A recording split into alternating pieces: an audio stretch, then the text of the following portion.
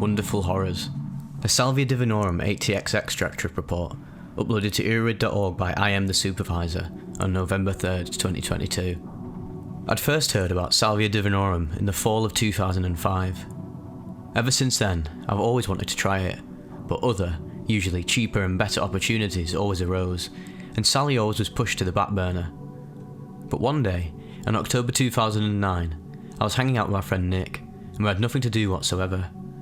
He tried Salvia many times before, even up to 120x, and suggested the idea of getting some. We got a friend of ours, we'll call him Joe, to go to a local head shop to get us some. I went with Joe to get it while Nick stayed at his house to make his room as trippy as possible for the experience.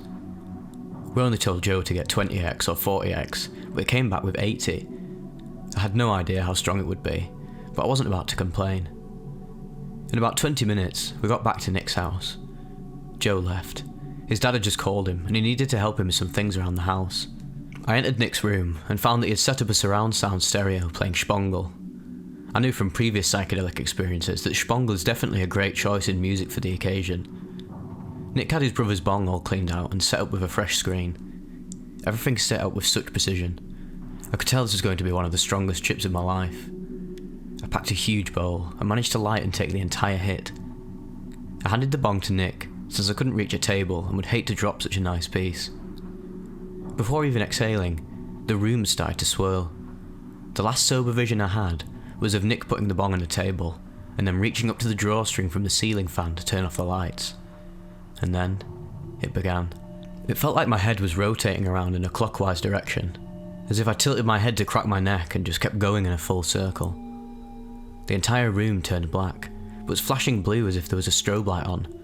Nick got up, and his legs merged into one continuous tail sort of thing, kind of like the genie from the Disney movie Aladdin. He was floating around in a very fluid, ghost-like motion. He leaned towards me, and began speaking a language I couldn't recognise, but I understood it at the time. He said something to the basic effect of, "Let's go." Words started to appear on the wall behind him. They looked like those neon open signs at gas stations. I can't remember what they said, but I do recall they shifted in colour from red to green and then to yellow, and repeated in that pattern. By this point, Nick was floating all over the room. He still had the genie's tail, and for some reason, seemed to be wearing one of those face masks one would wear to protect themselves against airborne illnesses. I remember thinking to myself how this was one of the most awesome light shows I've ever seen, and how sweet it would be to just stay and watch it forever. Eventually, Nick was back in the chair he was sitting in when I handed him the bong. His face mask was gone, and his legs were back. At the start of the trip, I was sitting on his bed, leaning against the wall, but now I was at the edge of the bed. This was strange, because I don't remember moving at all. Nick asked me how it was, and I asked him how he was flying around so fluidly, and where the face mask had gone. He had no idea what I was talking about, of course, and asked why I moved to the end of the bed.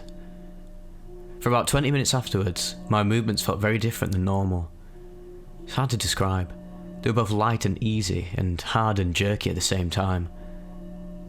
It was maybe another half hour before I decided to pack an even fatter bowl. This time, there was no music. Nick left the lights on. I took the hit and handed him the bong. As I exhaled, it felt like I was being pulled into the wall behind me. I tried to move forward to escape being devoured by the wall, but it was no use.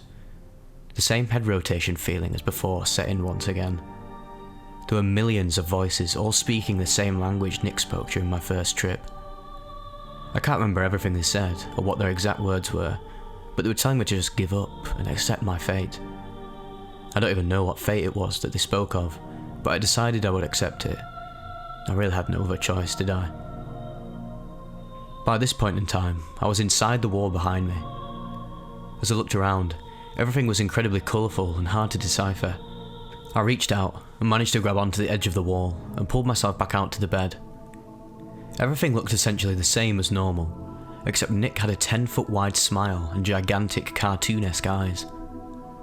I called him to help me, that I didn't want to go back in the wall, but he didn't react to me at all, and before I knew it, I was pulled back in. This time, it was a forest, and it was very dark. There were trees and lots of lightning, but no thunder. I saw animals I couldn't identify whatsoever. There was this red being hunched over in the distance, maybe half a mile away. I looked up and saw an opening. I grabbed onto it and was pulled back onto the bed, but now, Nick wasn't there. The room was empty except for the bed. I yelled, "Somebody help me!" But it was useless. The wall was already trying to bring me back to the forest again. But this time, the setting was almost the same, except all those weird animals were running away as fast as they could. The red being in the distance was walking towards me. He was about a quarter mile away now. I thought to myself, I didn't even leave the forest for long. He has to be moving really fast. A hole then opened up in the ground, and I jumped in. I fell onto the bed, except now the bed was surrounded by brick walls. I looked over at the one to the left and saw 2 pairs of giant cartoon eyes looking over at me. A giant hand reached out of the wall. It reached up and smacked them down before I could even ask them for help, and the brick wall behind me now took me back into the forest. This time, the red being was no more than 10 feet away from me. He was holding a person in his hand. The top half of this person's head was torn off and blood was dripping everywhere. The person told me, I tried to help. I'm sorry. And the realization came to me that the person was Nick. I looked up at the red being again and came to the conclusion that it could be none other than Satan himself. He dropped Nick, grabbed me by the shoulders and started saying, "Are you back? Are you okay? Say, my name is Alex, and I am back." Slowly, the forest started to melt away. The lightning stopped. The trees were gone. I found myself in the swirl of colours from when I first went into the wall. A voice kept repeating what Satan was saying before. The voice at first sounded like the deep, horrifying voice of Satan from the forest, but it slowly changed into Nick's voice. I wanted to say, "Shut the fuck up, I'm fucking fine," but I couldn't find any words. After the swirling stopped, I looked at Nick and asked him, "What the fuck just happened?" I was shaking and nearly to the point of tears. For a few hours after coming back, I couldn't remember any of the trip. It seemed to me like I just handed Nick the bong and he was instantly asking if I was okay. By his account, after I handed him the bong, I started shaking as if I was having a seizure. Occasionally, I would stop shaking and start yelling and screaming in a made-up language. Hearing this, Chris, Nick's older brother, and his girlfriend, who were in the room next to us, came over at one point to see what the hell was going on, and Nick chased them out. Apparently, the cycle of shaking and yelling lasted over 20 minutes. At some point, I reached for my guitar, and Nick grabbed my shoulders to stop me from picking it up and dropping it or something. And he says I shot him a glare so hateful that it looked as if I was about to punch him square in the face. As fun as the first trip was, the second was so frightening that I actually considered never doing any drugs again after coming back. I was scared senseless, and I didn't even remember what happened until a few hours.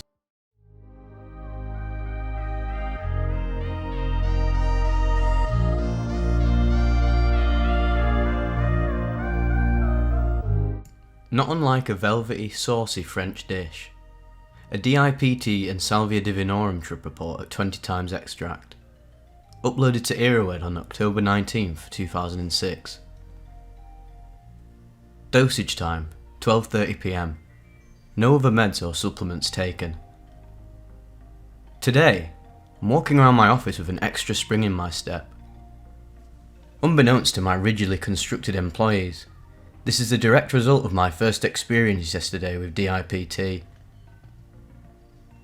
Despite an excellent mental set and a comfortable setting, I'm always a bit nervous my first time with any substance.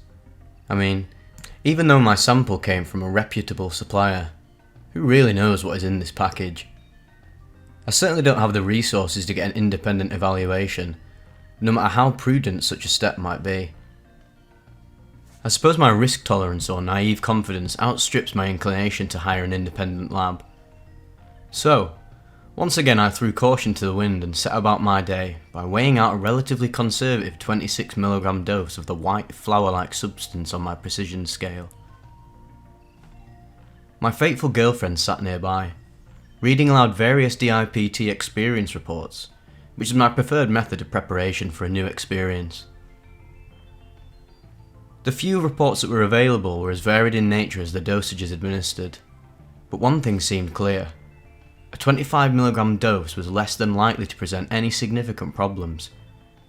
And who better than I to add to the public pool of knowledge by subjecting myself once again to this noble pursuit? Taking a psychedelic is rarely a fun venture for me. In the naive days of my youth, I could take a hit of acid or a few grams of mushrooms, go to a party and laugh my ass off.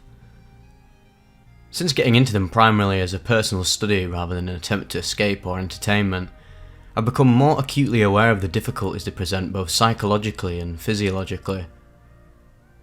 Rarely do I ever have a trip that doesn't come with a certain amount of discomfort, and body load is something of a routine for me, phenethylamines and tryptamines alike. DIPT was no different. The first 2 to 3 hours I had the usual body shakes, the irritability, the aching joints and raw feeling throughout my belly and intestines, and as I sallied around my apartment determined to pretend that I wasn't uncomfortable, I found myself once again asking the question, why the hell do I do this to myself? In a roundabout response to my question, I took 0.5mg of alprazolam in 2 0.25 sublingual milligram doses to help calm the negative effects. So, although I was feeling sick, and that is a relevant point to be made in any experience report, I wanted to get that out of the way first, because it was not a dominating characteristic of the experience, and it almost completely subsided by the 3-hour mark. The rest of the trip is the focus of this report, and my overall experience was nothing short of outstanding. I took a shower within a half hour of dosing, and noticed the first alerts come on as the water rushed over me. A slight lightheadedness and speedy stimulation were present. Returning to the living room, I had an all-over body flush as if I were coming up on MDMA, no doubt initiated partially by the shower. The leaves on the trees outside were blowing in the wind, and they appeared to be moving as if slightly sped up on fast-motion film. The effects were subtle, and otherwise my vision was normal. At T+45, I checked in with my girlfriend who was making some lunch in the kitchen, and I was both surprised and delighted to hear my voice had attained a distinct lowering in pitch. She responded with a similar effect on her voice, as if she might have grown taller and broader, and I was now conversing with an Amazon woman. I digress for a moment to say that apart from the sickness, both physical and psychological changes were minimal throughout the duration of the experience, although there were subtle visuals. While sitting on the toilet gazing at the floor tiles, the speckled surface was swirling, not unlike a low dose of mushrooms, but the effect was only noticeable while staring. I felt slightly confused at times, as I can from smoking weed, but all in all I felt quite normal. I was able to assist a neighbour in loading a large TV into his car without incident, both physically and emotionally, and conversation was both easy and comfortable, albeit strange sounding. I feel I could have driven an automobile, but as stated in Shulgin's glossary of terms, that would have defined me as an idiot, so I prudently deferred that task to my girlfriend. The aural distortions were thoroughly fascinating. I am an amateur musician, and music has always been a focal point in my life, so I took great pleasure in sitting back and analysing my condition. Lower tones were distinctly embellished, sounding warmer, fuller, and layered with harmonic tones, while the higher tones seemed to be relatively unaffected. If you have ever heard an electronic instrument, such as a guitar played for an octaver, that was almost precisely the effect. The primary tone was intact, but there were several lower harmonic and melodic tones resonating at the same time, giving sounds a slightly reverberated quality, as if played with an echo device set at a very short delay time, somewhat metallic, yet soft and whispery as well. If the sound were a piece of poached salmon, then DIPT was a covering of rich French tarragon cream sauce. It was quite beautiful. My observations were primarily undertaken around two pieces of music, Jack Johnson's On and Brian Eno's Ambient 4 on Land. Jack Johnson sounded absolutely beautiful, albeit the usual Jack was gone, and he was replaced by a very large, probably obese, soft-spoken black blues singer. The older James Cotton came to mind, slumped on his stool grasping his heart between his palms. But Fat Albert from the old 70s Saturday morning cartoon also danced through my head, dribbling his basketball in all his former glory. Listening to Eno's ambient work, which is beautifully strange and unusual, even in the soberest of states, the effects were less obvious, yet sounds were similarly warmer, more full and more luxuriant. After a time, I decided to test out the DIPT and Salvia combo. I keep this short because the results were unremarkable. Salvia often has profound effects on my oral sense. Sound loses all meaning as it becomes a landscape rather than a sense, a dimensional shape rather than a vibration. I took several massive ego-dissolving blasts of Salvia over the course of an hour, going in and out of the peak experience around 4 times, and I was unable to detect any measurable differences in effects. My feeling here is that the Salvia experience is so powerful in itself that the subtle effects of DIPT are all but lost in the void. After shaking off the effects of the Salvia and returning to my sound-shifted but relatively normal world, we spent the last of the afternoon with some friends over for dinner. I was able to function and socialise perfectly well, and had fun continuing my observations, while satisfying a voracious appetite with a dinner of free-range chicken and garlic mashed potatoes. Our hostess's voice, which is rather high and sometimes shrill during moments of zealous conversation, seemed mostly unaffected in my altered state. In contrast, her husband, who has a deep resonating voice, sounded like ED-209, the huge machine gun-toting law enforcement droid in the movie RoboCop. I also noticed that if I spoke quietly, my own voice sounded very deep and science fiction-like. But if I raised my voice, not in pitch but in volume, the effect was less noticeable. I suspect that as I raise my volume, higher frequencies are more dominant, and changes are therefore less obvious. The magnitude of this audio effect had slowly increased, peaking subjectively around the 2.5 hour mark. It remained quite constant for about 4 hours, then very, very slowly tailed off from there. It was much milder but still pronounced when I went to bed at 9:30 p.m, a full 9 hours after ingestion.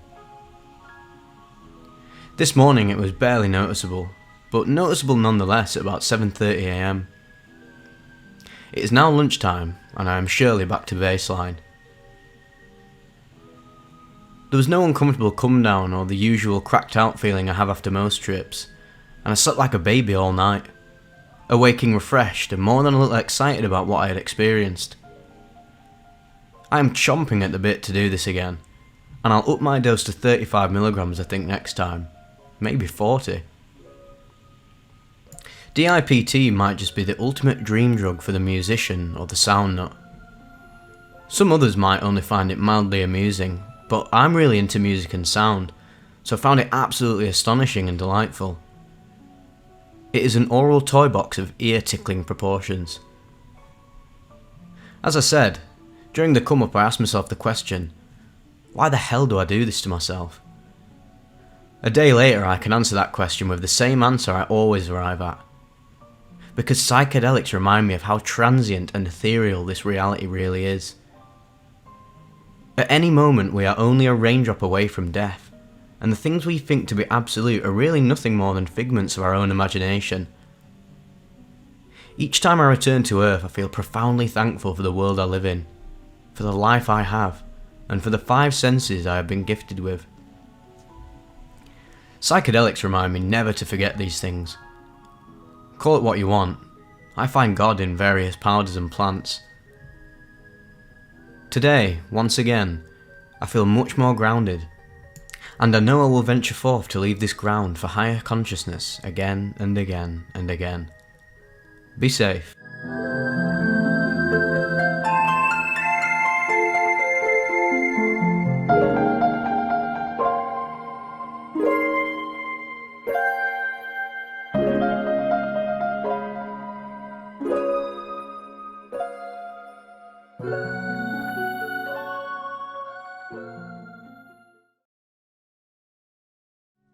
just start by saying to whoever reads this that the following description may seem extremely fucked up in some parts, so just be warned. This is my experience of smoking Salvia divinorum, or Diviner's Sage. I'm guessing the name Diviner's Sage basically means the sage of those who become divine, which is a totally perfect description of its effects. This is my experience. A friend of mine purchased some Salvia 10 times extract from a trustworthy source, and after reading a lot about its effects, he decided that we should try it. We were up at this cottage and it decided at first to take it slow and just try very small hits off a joint of it. We rolled the Salvia doob and sparked it up. Upon taking a few small hauls, I almost immediately noticed a pronounced but not overwhelming effect. It was instantly energising and it was so cool that I sprang to my feet and almost wanted to start dancing. Everything in my body felt like it was sort of a swirling liquid, and visually everything seemed to be sort of liquefying. Physically I felt like I was floating in waves of liquid. Yes, this drug has a distinct physical body sensation to it. The important thing to note here is that I was 100% aware of what was going on. At that small dose, there was no psychological or emotional effect at all. It was basically just like being dizzy, where I could totally recognise what was happening to me. I was also laughing out loud because something about it was extremely funny. The effects lasted about 2 minutes, then smoothly wore off. Overall, I would describe the experience as the feeling of being on a gentle roller coaster. Anyway, after that we knew we had to delve deeper. So we took a package of the Salvia, a bong, and a couple glasses of water next door to the spare cottage for further smoking. The spare cottage was super cool, because it was basically a rundown old shack on their lot that had been there since they bought the property and was ready for demolition. It had no insulation, no electricity, a really cool all-wood interior with a high cathedral ceiling, and lots of cracks where shafts of sunlight were cutting through the dusty air. Outside was a beautiful day and you could hear everything crystal clear through the wooden walls. Tons of birds singing, dragonflies buzzing, squirrels, etc. We were literally bathed in the sounds of nature. A perfect time and place for sweet hallucinogens. I loaded up the bong with a small pinch, took a couple of somewhat cautious hauls, held it in and laid back in the lawn chair while my friend respectfully stayed quiet as I tripped. By the time my back hit the chair, I was already in the influence of a completely different gravitational system. I felt ultra heavy and somehow weightless and liquefied all at the same time. I was laughing a lot, but was still totally aware of what was going on and where I was. Somehow I could tell that I was on the brink of something spectacular, but just wasn't there yet. It was as if a portal had been opened to a new realm that was beckoning me, and I wasn't yet able to go all the way in. There was somehow a very fun and circus-like vibe to this realm, and I could tell that there was nothing to be afraid of and that I wanted to visit this other place. As the laughter and effects subsided, I was sitting up in my chair and enthusiastically telling Greg that he had to try this and that he had to go there, man. He did his initial cautious bong hits, sat back, started laughing, and I'm sure had a similar experience to me. He came out of it a couple of minutes later saying that we had to do more and go further, just the same as I felt. I was already totally blown away by how amazing this ultra cool substance was, and we had not even scratched the surface yet. It was my turn again. I loaded a healthy sized pinch into the bong and took 2 very large, deep hauls, holding them in almost as long as I could. I finally exhaled, and as I was leaning back in the chair I started laughing hysterically. I remember blurting out through the uncontrollable laughter, "Off to Smurf Village." When my back hit the chair, the only term I could use to describe the next sensation is that I was steamrolled. I was absolutely fucking steamrolled. It was like something way bigger than me and weighing hundreds of tons started at my feet and rolled up over my entire body, transforming me as it went. It was completely painless, but as it rolled over me, it somehow pushed me or extruded me into a completely different realm. I was no longer in our current realm, and I no longer even remembered that our realm had ever existed. I was now living a completely different life in a completely different place and reality with its own unique history, details and context. It was exactly like being in a dream, but about 100 times more vivid and amazing. The last things I remember of our reality as I was slipping away is that I was laying back with both hands behind my head, and I was starting to say, "Oh my God, I can't believe that it can..." Then gone into a completely different dimension. I went into the trip of a lifetime. My arms expanded outward into infinity and became the petals of an amazingly complex flower of some sort. I had actually become the flower and could comprehend all of the trillions of facets and details that made up the flower's pattern. A moment later, I changed shape once again. The petals transformed into wings, and I became an unbelievably complex multi-dimensional butterfly. The wings seemed to span out into infinity with these amazing electric kaleidoscopic colour patterns. I wasn't exactly seeing all this visually, but it was like I was seeing it through totally new senses that I never had before. Again, my being expanded outward and transformed. My wings spread out and became the surface of a lake. I actually became the lake, where my face was the surface of the water looking up at the sunny sky, and my arms stretched outward with the distant bays and the surrounding hills and forest. I actually was the land itself.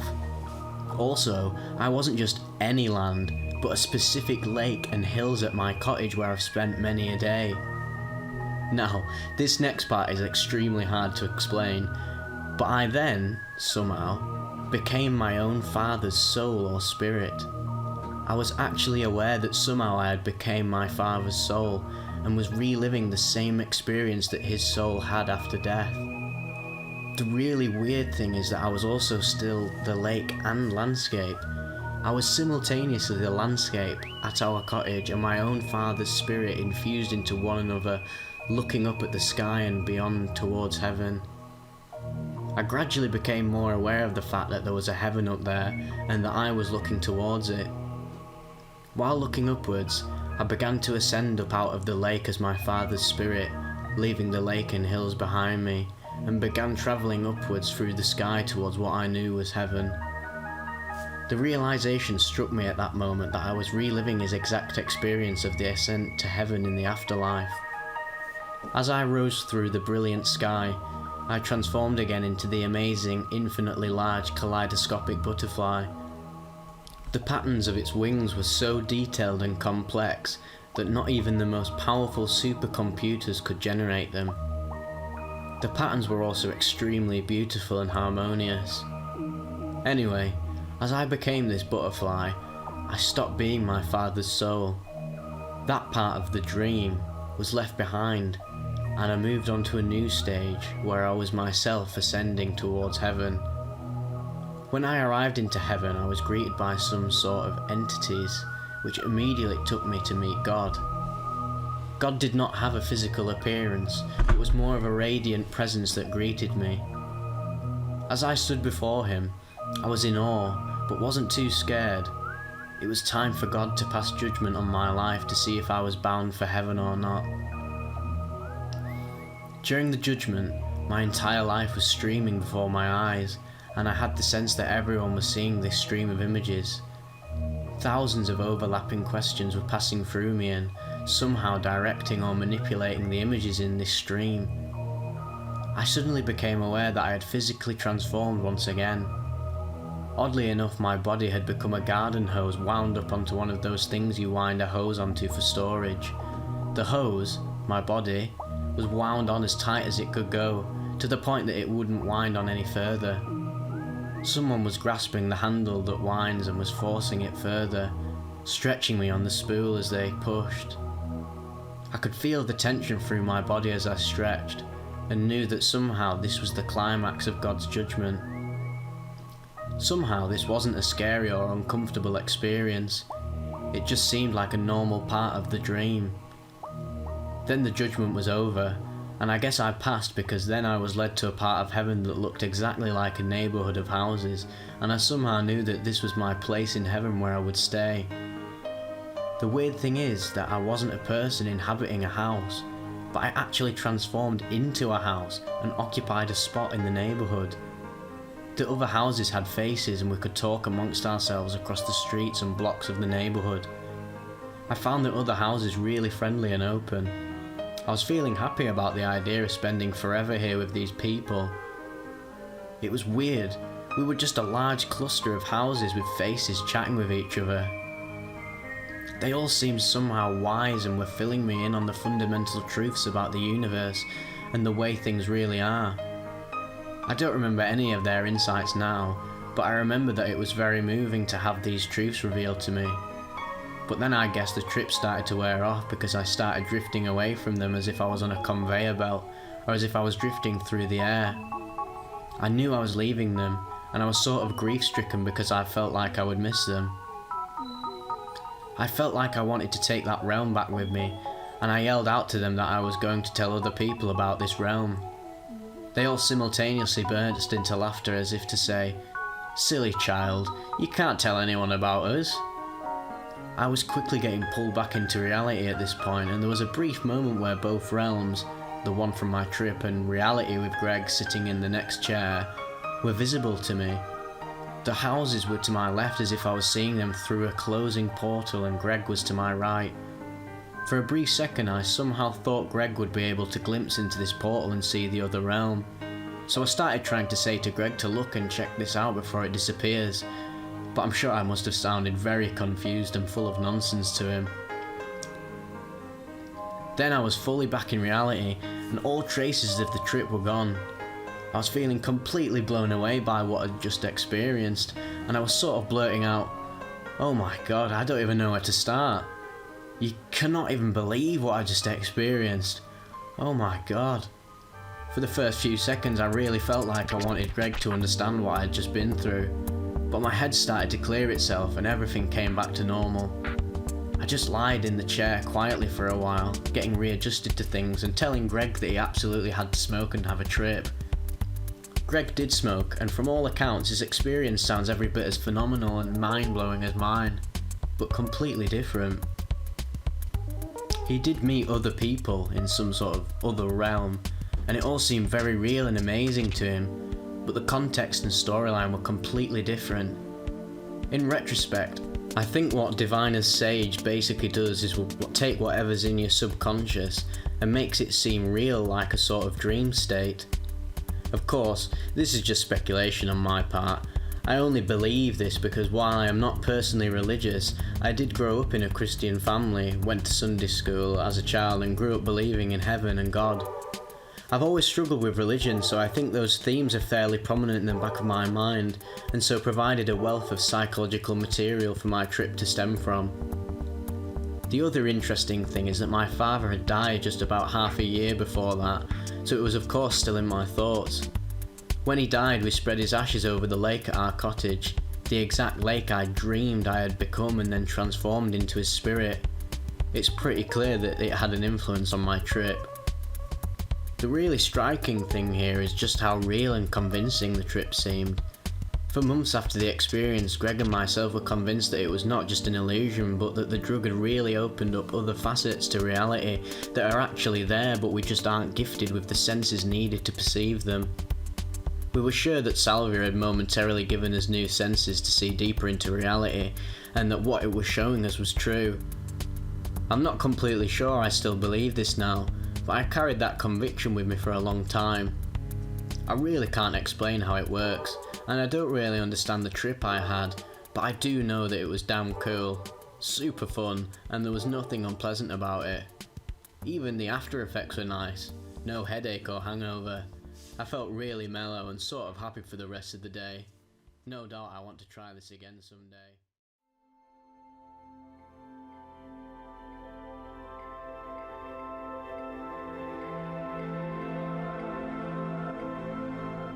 The ultimate truth of the universe.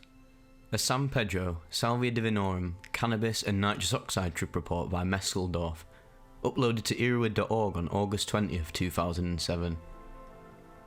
I ingested 10 grams of San Pedro alcohol extract tar dispersed in 26 gel caps this morning at 8 AM. It took me 30 minutes to swallow all the pills. I was taking the pills with lemon water.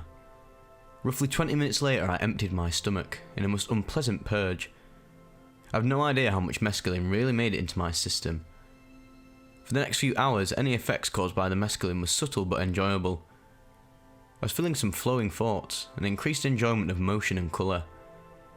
I spent the afternoon driving around with my sober friends. They were driving, looking at apartments, eating at a Greek restaurant, where I only had 2 pieces of garlic toast, and taking a look at my friend's remodelled taekwondo studio. Overall, a nice day, and worth the purging and subtle nausea I felt most of the day.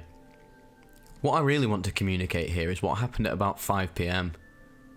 We came back from the city to our house in the country, where my sober friends were going to watch a John Bastow video. I had little interest in the activity. I decided to use the opportunity to see how far I could go with the intoxicating substances I had available to me.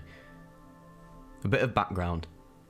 I first took mushrooms and had a true entheogenic experience several months ago, and I've since been playing with different substances and trying to figure out how those doors of perception actually work.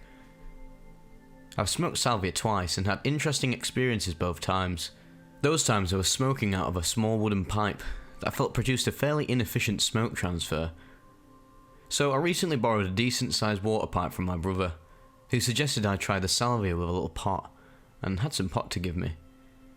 I've never smoked pot before, but took a small nug somewhat reluctantly. So with my friends downstairs and me on a comfortable foam mattress next to an open window, showing me a wonderful landscape of ocean and rolling fields and trees, a fish pond and the blue sky, I decided to smoke the Salvia I had with the pot nugget. I should note here that I'm not positive about the doses of these substances. I did not weigh the Salvia, but it was about half of a container that contained a gram when I bought it. Also, the product I was using was labelled 40x, but I believe it to be 5x. I have no real concept of what the pot weighed, but it was a small nug a bit larger than the eraser of a pencil. I had never used a water pipe before, and I'm not sure I fully got the concept of it, but I smoked the substances I described as best I could, taking about 4 to 5 lungfuls that I held for roughly 30 seconds each. Time was becoming quite confusing, so I'm not sure about these figures. For some amount of time, I would guess about 10 minutes, I enjoyed the somewhat confusing dissociative high produced by Salvia. At one point I felt very much like I was floating on a cloud. Another, like my head and neck became rays of sunshine connecting to the sun. I felt like I was close to something. Some interesting thought that was hard to perceive because of the confusing effects of Salvia. I had a strong drive to go deeper, and see if I couldn't catch that thought or realisation, despite the confusion. So I got up and got some nitrous equipment out of my closet. A balloon, a cheap cracker purchased at a head shop, and some food quality nitrous chargers. I sat back down near the window and emptied 2 nitrous charges into the balloon. I took many deep breaths of air to ensure that my brain had adequate oxygen. Then I inhaled the nitrous and hyperventilated on the balloon for maybe a minute. I became very intoxicated and became almost inches from the realisation. It had something to do with drug use, the doors of perception, but I wasn't quite there. I decided to do another double dose of nitrous. I had quite a bit of difficulty filling the balloon with 2 more charges, but eventually had the job done. I was rather proud that I could still function in the world of tasks from the perception state I was in. I breathed in some more air and then hyperventilated on this second double dose of nitrous. What happened next is the reason I'm writing this experience down. I truly feel that I made it to the ultimate understanding of the universe. I was on the edge of time, in hyperspace, truly in another dimension. I instantly felt I needed to express myself to my girlfriend, who we will call Kay. Only Kay was on vacation and nowhere near me, and probably didn't have a cell phone reception. I decided to write down the words I wanted to say to her. I attempted to open up something on my computer that would allow me to type, and ended up with a spreadsheet document. I wrote in about 5 rows of the spreadsheet at about 10:20. Here's what I wrote. Okay honey, list I just realised the whole meaning of life. That's not it, that's my girlfriend, that's Kay. Second row. Kay, full name. I was trying to realise something, and it's passed a bit, but I think I figured it out. Third row. I can barely type right now, but I want to tell you that I've found what I've been looking for. I may decide to go back, but I've been to the edge of the universe. Fourth row. Holy shit, that's not me, that's me. Both things are the same. Fifth row. The next thing that I felt like saying to you was the previous sentence. I forgot what I was going to say while I was writing that sentence. I also said shit a minute ago, but didn't write it while I was typing, between the I am and the forgot. At this point, I think I decided typing was too hard, but still very much so wanted to try and explain my realization to my friends. I went downstairs and interrupted their workout video to try and explain. They were quite generous for listening to a rantling, babbling buffoon. I spent the next hour or so trying to explain the ultimate truth to them. My words and explanations often ended in circles, but I described something about a deep realization that time is truly a fourth dimension, and that the Big Bang took place on the three dimensions that we live. I felt I had understood for one moment the nature of the Big Bang. It almost felt as though I was truly one with the universe, in the sense that I understood where every particle and electromagnetic wave currently were in the universe, and could see how they all trace back to the Big Bang. As I was trying to describe these and other metaphysical concepts, I continued to have moments of extreme understanding. A feeling that I'd come to a realization much too impossibly deep to try and describe. This led me to the thought that perhaps communication, symbols and emotions exist on yet another dimension from energy, matter, space and time. My friends slowly became uninterested in my rambling, and I became aware of this and decided to let them be. I continued having the feeling of utter realization, and was trying to put it all together, but couldn't quite make it. I felt that the reason for not being able to describe or explain it was because the drugs had shown me the ultimate truth of only the universe, or in other words, the first three dimensions. The following two dimensions of time and emotions were a whole separate realm which I had no hopes of truly realizing. I'm currently having difficulty integrating this experience. I feel I still have a lot to think about to try to put it all together, both in terms of metaphysics and integrating these realizations in my daily life. I will say though, that I feel I went as deep as a drug could possibly take me. On a final note, when I was there in the ultimate truth, I felt great goodness and joy. This led me to believe that the nature of the universe is benevolent and good. Perhaps that is the strongest lesson I can take from this experience.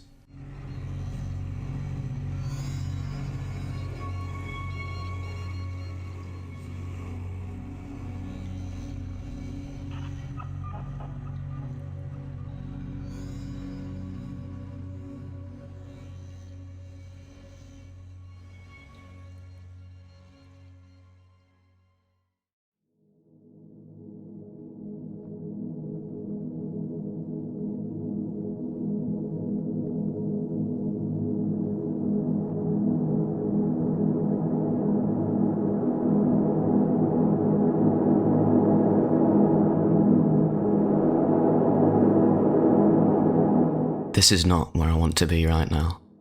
An alcohol, cannabis, and Salvia divinorum trip report, posted by Foolish Freshman to earwid.org December 3rd, 2004.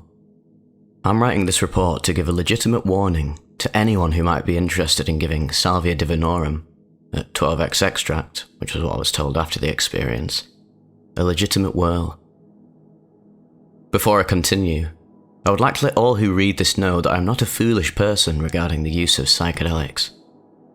I am currently pursuing an anthropology degree with emphasis on cultural religious practices, and I always exercise the utmost caution when practicing mind-altering substances of any kind. In the past, I've had experience of multiple different hallucinatory substances, amazing, and, of course, a small amount of dabbling in speedy powders, not quite my cup of tea. I'm writing about one particular Saturday night, when I was a freshman at my college. It was at this point I was somewhat naive in the realm of psychedelic conscious experience, and basically had no idea what Salvia, the nightmare leaf, as many call it around here, had in store for me. After getting myself quite drunk at an off-campus kegger and a trip to the bar, I found myself in the company of a small group of psychonauts in a very cramped dorm room on the edge of campus. As the booze began to run dry, and the very last of our cannabis was in the process of being smoked, we realised that our night seemed to be at an end. "Not to fear," said a friend of mine. I'll call him Igby. "I have 1.5 grams of 12x Salvia here. I reckon we should fire up the bong," he said. "What's Salvia?" I naively asked, being unfamiliar with the drug at this point in time. "Oh, it's a psychoactive drug. It'll make you see some funky shit," Igby replied, very sketchy on the details. As the alcohol had loosened me up quite a bit, I felt that I might give it a whirl, being out of beer and cannabis. Well, this was my first mistake, folks. Salvia is not to be trifled with. I'd tripped on a healthy eighth of mushrooms prior to this several times, and I'd never experienced anything negative, so all systems were go. Next thing I know, the 4-foot glass bong was in front of me, as I was being blessed with the opportunity to spark it. Being drunk, I torched the hell out of the bong. I waited for the chamber to turn an opaque milky white, and cleared the entire thing. I started to gag on the smoke, as my lungs literally reached maximum capacity. Wow, I was certainly in for it now. Foolish bastard that I am. After exhaling, I noted a strange, not altogether pleasing, leafy taste. Not your dank cannabinoids, my friends. Not at all. Now, from this point on, let it be known that I have absolutely no concept of time, or any real perspective on the true chronology of these events, but I will articulate it as best I can. The first thing I remember noticing was a strange sort of rumbling feeling. This can be related to when I first feel a good hit of nitrous oxide coming on, the effect one would get as a roaring train rolls by a room, causing everything to tremble and shake. The next thing I realised, everything had become unreal, as if in a dream. I looked up at the wall and there was this strange sort of membrane-like structure that was looming over. Suddenly, it fell down upon me. It was almost as though I was being spun into a sort of cocoon-like thing, seemingly out of nothing. My first reaction was complete and utter disbelief. I'd completely forgotten that I had taken any substance whatsoever, and essentially, I didn't know what the hell was going on. I tried to make out my friends' faces for comfort, and I was utterly aghast to see the entire room, and everything that encompassed it, including my friends themselves, were growing in size, as if coming near me. Suddenly, the entire room, or reality, or whatever the hell it was, passed right through me, and off in the distance, I perceived another reality, the same one as before with my friends sitting in a room hitting the bong.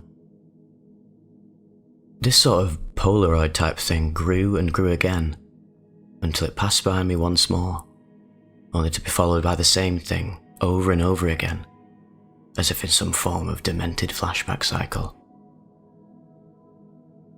It was by now that I was in a complete panic. I'd lost all control of my limbs, as the cocoon, I know it sounds fucked up, was being spun around my entire body, pinning me to the ground. For some reason, I made the assumption at this point that the police were there. I have no idea why I came to this thought. It's just bad tripping, or some form of it, I suppose. I thought they were going to take me away. I shouted out to my friends to help me, but what came out of my mouth was perceived by my ears as an unintelligible mess of broken up syllables. I'm not necessarily talking about auditory hallucinations and octave changes like an LSD or mushroom experience.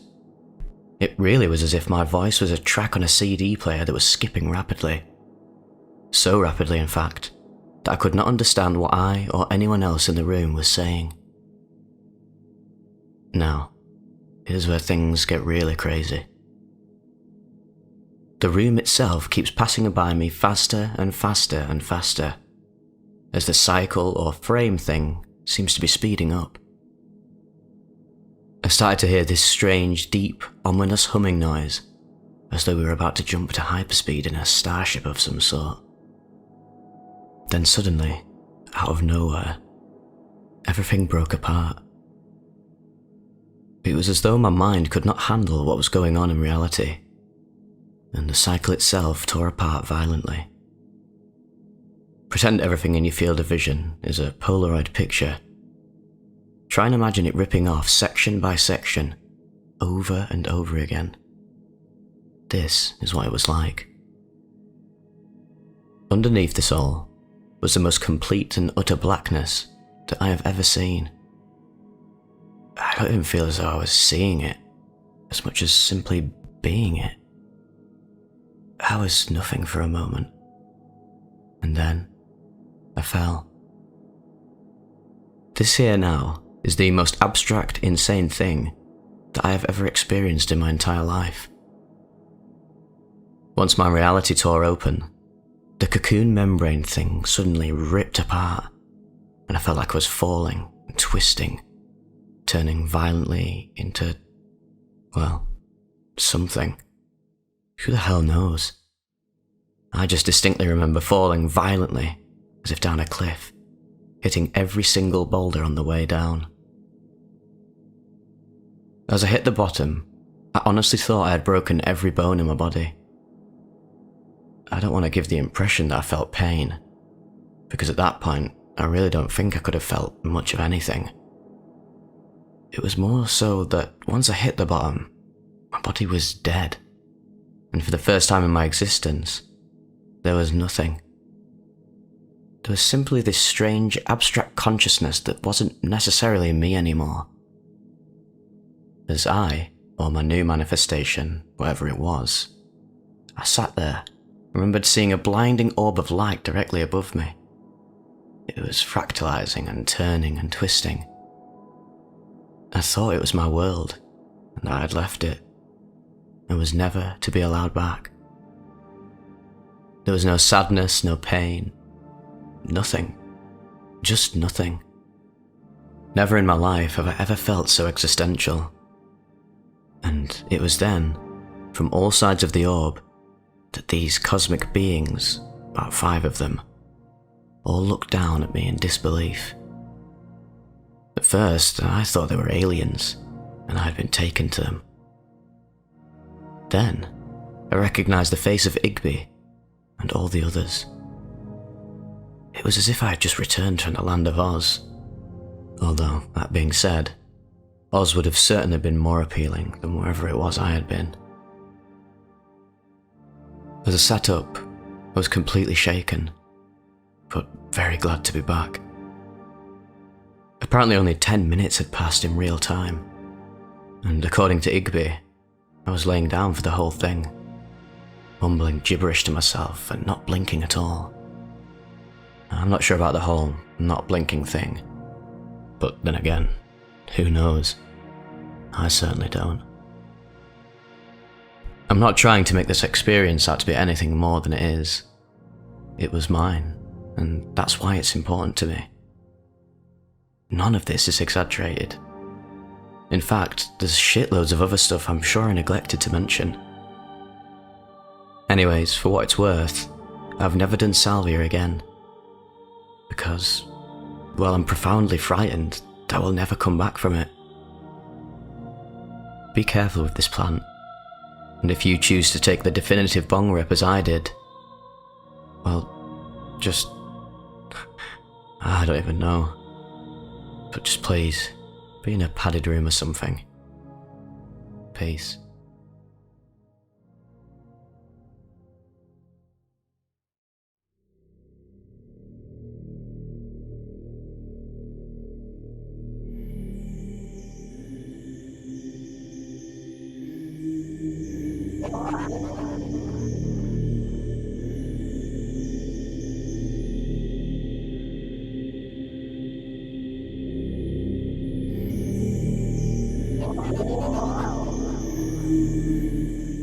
A Salvia 100 extra report, posted to Shroomery 15 years and 1 month ago, by the user High C.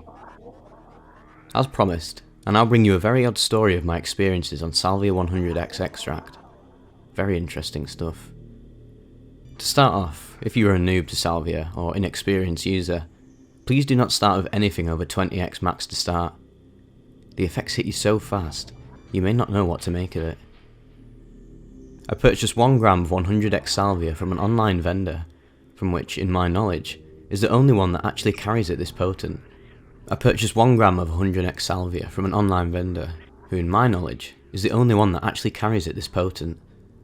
It cost $80 shipping included, and arrived in about 4 days. I did not actually believe how authentic it was, until I got a good look at the almost completely white, very aromatic material. Trip number 1. Setting. I was positioned on a very comfortable sofa in my friend T's music studio. My feet were propped up on a fold-out chair, and there was only Christmas lights dimly lighting the near-black environment.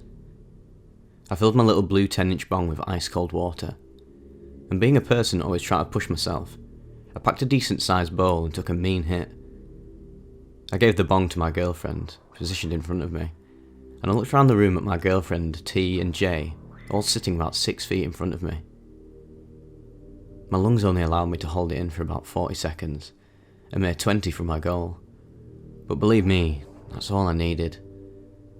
When it did hit me, the only thought in my mind was I'd just transferred into a cartoon. I tried to close my eyes, but only still saw the room. I put both hands over my eyes, convinced that somehow my eyes could still see my friend sitting there. I found this so humorous that I almost passed out from laughing so hard. You know them laughs so hard, no noise or anything comes out? I was stuck laughing like that for about a minute, until I calmed down and realised that elephants were violently throwing barrels at everyone in the room. They kept missing me by inches, but I knew it was the drug. Then, I looked at the floor, and it's hard to explain, but the floor kept repeating itself over and over, like 1,000 times, stacking up everywhere around the room. The room then was a beach, and what I thought was a remote part of Atlantis, drained and restored to its original time. By this time, it faded slowly away, and I became more aware of my surroundings. The last part before I was fully okay again, was I looked at everyone and said, "I'm ticklish because my legs just had an orgasm." Pretty good, very strong effects. The visuals are also amazing, and my body felt like applesauce being slowly poured out. Crazy, to be honest. However, I sold most of my gram to people. I sold little pinches for $20. Not pinch like a good 2 strong or 3 light trips worth. Anywho, after returning home that night, I had just a little bit left and decided, what the hell, I'll smoke the rest. Mistake number 1, no sitter. Mistake number 2, I was kinda scared to do it by myself. Mistake number 3, I smoked it. Trip number 2. I took all the smoke in one hit in my car in my driveway. I placed the bong and lighter in my passenger seat safely. However, by the time I blew smoke out, I had this indescribable feeling of fear that I was not supposed to be where I was right now. I said, I have to go, but I didn't know why. I then looked at my stereo, and it was in 3 pieces, which disconnected and started floating in opposite directions. Then I looked at my steering wheel where my hands were on. These 3 pieces also broke apart and floated away. And then, my body broke up and floated into 3 different time frames. One was New York City in the early 40s, one was Baltimore City present, and a world of pure imagination, filled with natural growing drugs, shroom and weed for days. But what was really weird was that I was in all 3 of these places at the same time. When I came to, I realised that I'd kinda dozed off, but upon opening my eyes, I saw hundreds of rhinos beelining it straight for my car. I turned it on quickly and started speeding backwards down my driveway. Upon reversing, the bong fell off the passenger seat and I came to again and remembered I had just smoked salvia. By this time, I was pretty okay.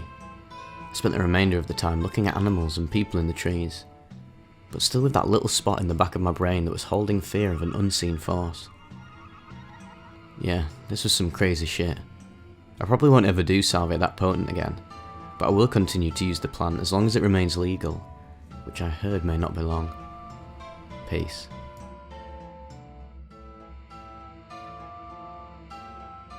A Salvia 100x death trip, posted to Shroomery by Pweds 8 years and 2 months ago. I'm not new to hallucinogens, but I'm not a constant tripper either. I've experimented with the majority of what's out there, but had never done salvia. My homie had bought some 100X through the mail, along with some non-psilocybin mushrooms, and roped me into trying it out. I honestly didn't think that much of it, so we set it all in motion one night before we were going to hit the town. Mistaken were we ever. I went first.